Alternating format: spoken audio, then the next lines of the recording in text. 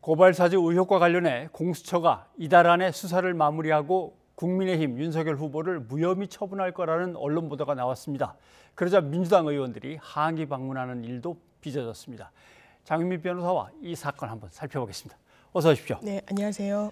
자, 좀 복잡하긴 하지만 아무튼 잘 모르겠지만 검찰 어딘가에서 고발장을 이렇게 꾸며주시오라고 국민의힘으로 건너갔습니다. 네. 자, 이제 국민의힘 내부에서 김웅 의원이 받은 모양인데 그걸 정경식 네. 또 그 정경식은 또 누구 이런 식으로 해서 건너주고 해서 마지막에 어떤 변호사가 네. 당의 일을 맡고 있는 변호사가 이제 고발장을 마지막으로 꾸민 것 이렇게 됐는데 전달받아서 건네준 거는 무혐의가 된다. 이제 이런 언론 보도가 나온 것 같아요. 그렇습니다. 예. 사실 공수처에서는 이 사건을 관련해서 손준성 검사와 윤석열 후보를 피의자로 입건한 게 9월 9일입니다. 그러니까 예. 한 3개월째 이 수사를 계속 하고 있는데 사실 손준성 검사에서 그 윗선으로는 한 발짝도 나아가지 못한 측면이 있는 것 같습니다.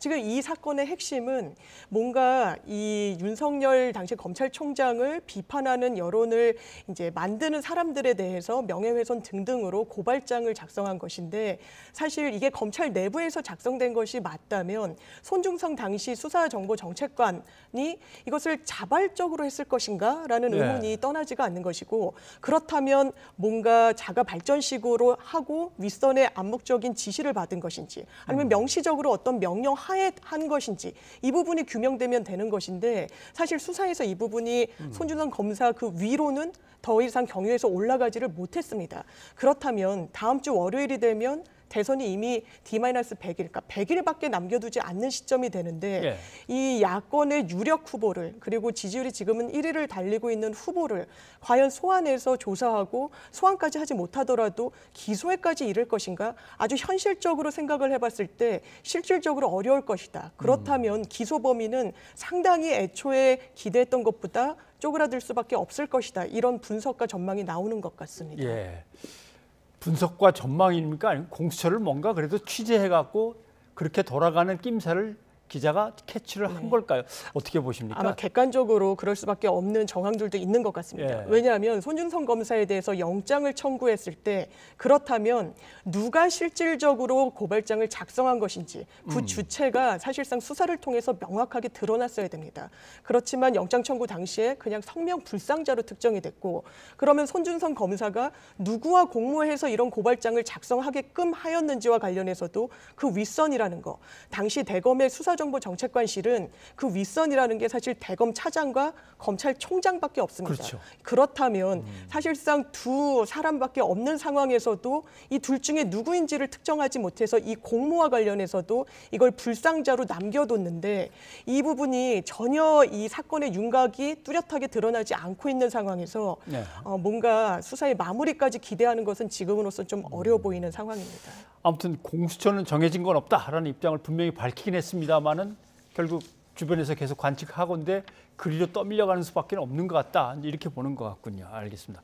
자, 그런데 이 보도가 나오니까 나름대로 고발사주 의혹이라는 거는 대장동 의혹과 어떤 카운터파트죠. 대척점에서 나름대로 윤석열 후보를 갖다가 뭔가 이렇게 발목을 잡을 수 있는 대단히 큰 의혹이라고 보고 민주당 의원들이 나름 뭐 기대한 게 있었는지 모르겠지만 항의 방문까지 했습니다.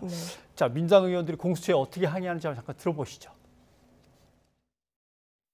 이 고발장이 작성돼서 전달되고 이후에 다시 검찰에 접수돼서 처리되는 이 전 과정을 통제할 수 있었던 유일한 사람은 누가 봐도 그 당시에 검찰총장이었던 윤석열 총장밖에 없습니다.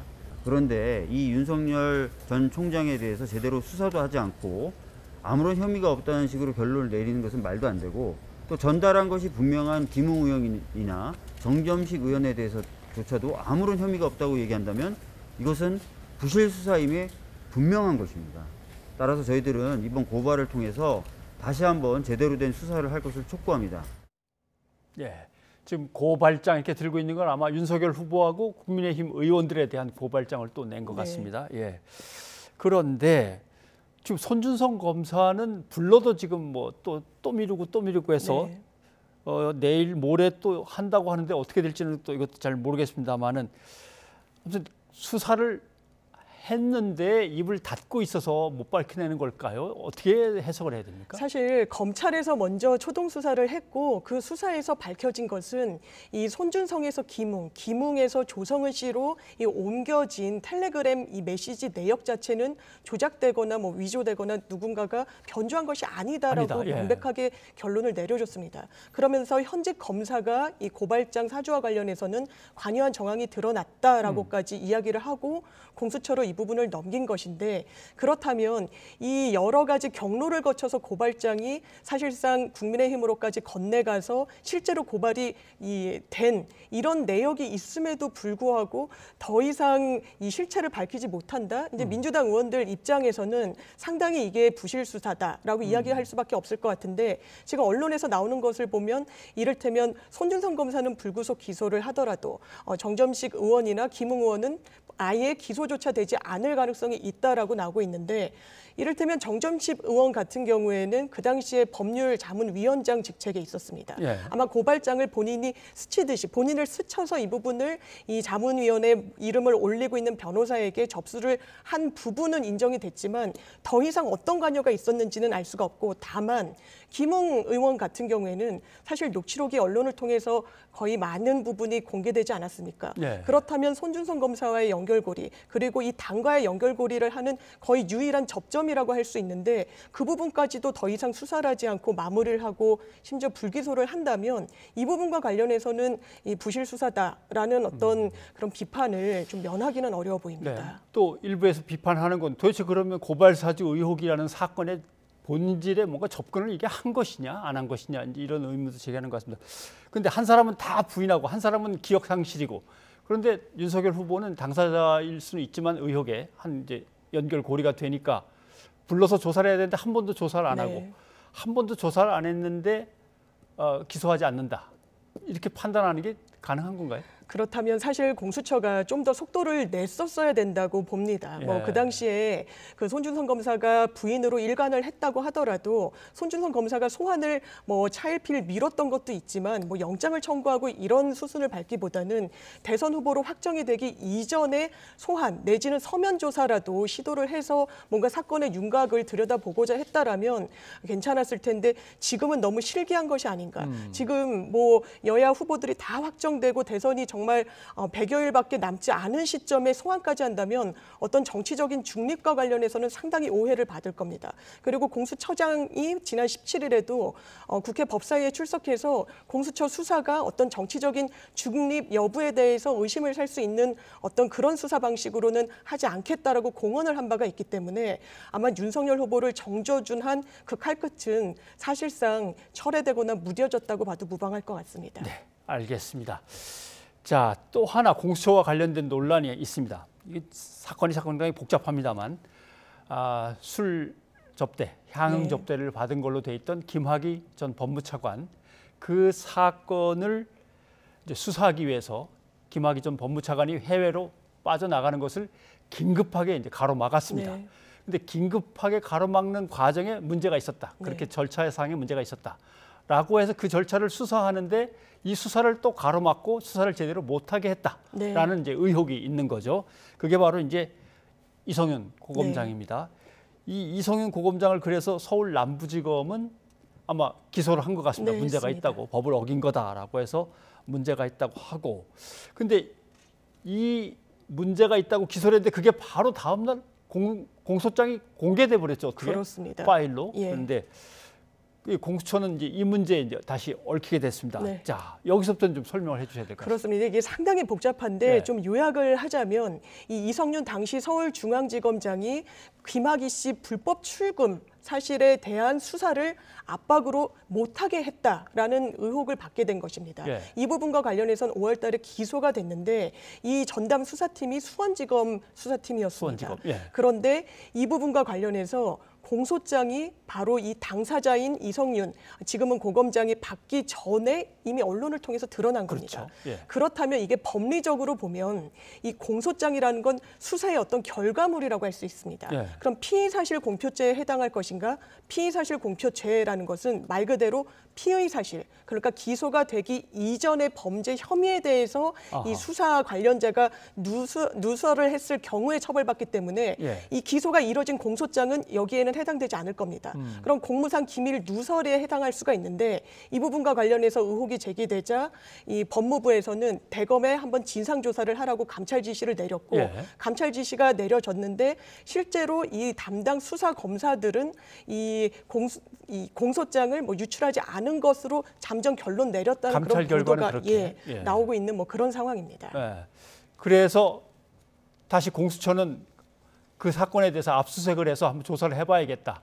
그 수사 검사들이 제대로 했는지에 네. 대해서라고 압수수색을 하겠다고 했는데 압수수색 계획이 또 다 알려져 버렸어요. 그러니까 공수처는 상당히 유감이라는 거죠. 그렇습니다. 이게 왜 그러냐면 사실 압수수색은 밀행성이 가장 큰 원칙이자 좀 덕목이라고 해야 될까요? 왜냐하면 좀 일시에 단행하는 게 이 증거물을 확보하는 데 있어서는 필수적입니다. 예. 그런데 그럼에도 불구하고 적법 절차를 지키기 위해서는 당사자에게 이 피의자나 참고인에게 참여권을 보장해 줘야 됩니다. 그러니까 공수처는 그 당시에 수사팀에 있던 검사들에게 우리가 압수수색이 언제 예정돼 있으니 이 부분과 관련해서 대상물은 무엇이며 참관을 준비하시라라고 안내를 하고 고지를 했던 겁니다. 예. 그러자 이 부분이 또 언론에 알려진 것인데 아마 합리적으로 추론을 한다면 지금 공수처의 수사에 불만을 가진 그 당시에 수사팀이 알리지 않았겠느냐라는 전망이 좀 힘을 얻고 있어서 지금 공수처와 그 당시 수사팀, 검찰 수사팀과의 어떤 힘겨루기 그리고 신경전이 상당히 날카롭게 전개되고 있는 자, 상황입니다. 수사를 했고 이번에 압수수색을 이제 참관해야 되는 검사들 입장에서는 아니 감찰 결과 우리는 잘못한 게 없다고 다 드러난 것 같은데 우리가 예전에 공수처 쪽을 수사한 게 있어서 네. 그것 때문에 앙심을 품고 오히려 표적 수사하는 거 아니냐 네. 공수처가. 그러니까 그렇습니다. 공수처는 이건 명예훼손이다 또 이렇게 나옵니다. 예, 또 왜 이런 이야기가 나오냐면 지금 이 압수수색의 대상이 된 검찰 수사팀 같은 경우에는 또 공수처와는 구원이 있습니다. 예. 기억하시는 분들 많으시겠지만 이성윤 지검장을 당시에 소환할 때 황제 소환이다. 관용차로 모시다시피 해서 조사를 했다라고 해서 예. 논란이 불거진 적이 있습니다. 그때 공수처가 보도자료를 내는데 관용차 1호차, 2호차가 있는데 2호차 같은 경우에는 피의자를 뒷자리에 호송하기 위해서 뒷문이 열리지 않는다. 예. 그래서 어쩔 수 없이 다른 차량으로 호송할 수밖에 없었다라고 해명했는데 이 개조가 되지 않았다. 이런 또 반박이 나왔습니다. 그러자 이 당시 김학의 사건과 관련해서 이성윤 당시 지검장을 수사했던 수사팀이 이거 허위 공문서를 작성한 것이다라고 해서 공수처 대변인을 또 소환하려고 하기도 했고 해서 이런 구원이 있기 때문에 우리 수사팀을 표적 삼아서 과거의 정당한 수사를 문제 삼고 있다는 게 검찰의 입장인데 공수처 입장은 압수수색 영장이란 건 공수처가 원한다고 되는 게 아니라 법원의 어떤 발부, 법원의 허가를 받아서 집행을 하는 겁니다. 네. 그러면 법원도 일정 정도 이 압수수색의 필요성을 인정했다는 거기 때문에 이 수사 자체의 정당성으로 좀 강하게 항변하고 있는 상황입니다. 그럼 하나만 더 네. 이제 파고들어 본다면 그 지금 법원의 허가를 받는 과정에서 거기에 들어가 있는 검사의 이름은 맞는데 이미 직함은 바뀐 지가 예전인데 그렇죠. 직함까지 틀리게 집어넣었단 말이죠. 그러면 법원에다가 직함도 틀린 걸 거기에 있지도 않은 사람을 거기에 있다고 해서 압수수색하러 가겠습니다라고 허가받은 거는 그럼 문제 있는 거 아니냐 또 이렇게 나왔는데 이건 어떻습니까? 그래서 검찰에서 문제 삼는 게 뭐냐면 그러면 그 당시에 수사팀이 있었는데 보통 큰 수사를 할 때는 다른 부에서 파견을 오는 형식이 있습니다. 예. 근데 박범계 장관이 그 당시에 2명의 검사에 대해서 파견을 연장하지 않고 본인이 근무하던 근무지로 돌려보냅니다. 예. 그러니까 공소장이 유출되던 그 시점에는 이 수사팀에 있지 않았던 아하. 검사 2명도 이 지금 같이 참관을 하라고 통보가 됐기 때문에 이 해당 검사 2명은 이거는 적법한 압수수색 영장 절차가 아니다라고 반박하고 있는 그런 상황입니다. 네. 자 이제 시작인 공수처 입장에서는 상당히 참 여러 가지 이제 난관을 계속 겪게 되는데 어떻게 수습해 나가는지는 좀 봐야겠군요. 예, 장 변호사님 고맙습니다. 네. 여기까지 듣겠습니다. 감사합니다.